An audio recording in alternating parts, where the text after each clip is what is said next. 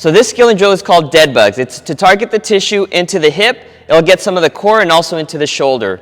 You want to start off in this position, making sure that your hands are about shoulder width apart and your knees are about hip width apart. Your shoulders are directly over your wrist and your hips are directly over your knees. From this position, what you're going to do is you're going to slide your legs straight out, making sure that this back hip tissue is the one engaging. All the while, you want to make sure that your spine doesn't move, so you don't want it to dip down, you don't want it to arch up. So you're going to find a neutral position somewhere in between the dipping down and the arching up. Find somewhere in between that, keep it nice and tight. From that position, again, you're going to slide the foot straight out, making sure that you use the back hip tissue in order to accomplish the task. Then slowly bring it back.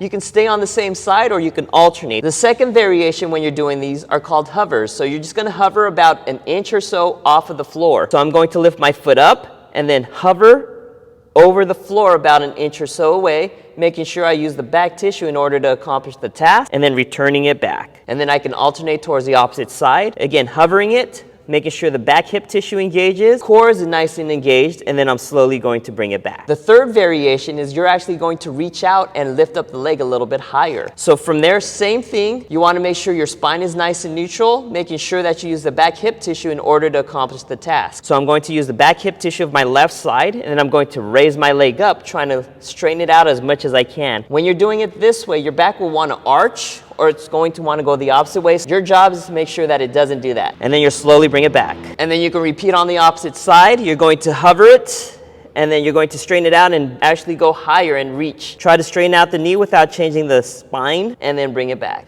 So again, I'm going to keep my spine in a neutral position by keeping my core nice and tight, and then I'm firing the back hip tissue in order to raise the leg up as high as I can without changing form, and trying to straighten out my knee, hold that there, and then bringing it back. Another variation to this is you can keep the knee bent as you start to lift the leg up. So you're going to be in the exact same position, make sure your spine doesn't move by keeping your core nice and tight, and then from there you're going to fire the back hip tissue to raise the bent knee up as high as you can. You're going to hold that position and then slowly lowering it back down. Now you're going to want to feel the hamstrings recruit, but again, try to use the back hip tissue to do most of the work. So you're going to go into that same position. I'm going to try the opposite side. I'm going to keep my spine neutral, use my back hip tissue, keep my knee bent roughly about 90 degrees, lift my leg up as high as I can, then slowly bring it back down. So I'm going to actually turn my foot out. I'm going to keep my core nice and tight so my spine doesn't move, use the back hip tissue, and then raise the leg up as high as I can, then slowly lowering it back down.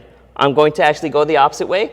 I'll turn my foot in, keep my tummy nice and tight so my spine stays neutral, and then fire the back hip tissue so the leg raises up as high as I can, then slowly lowering it back down.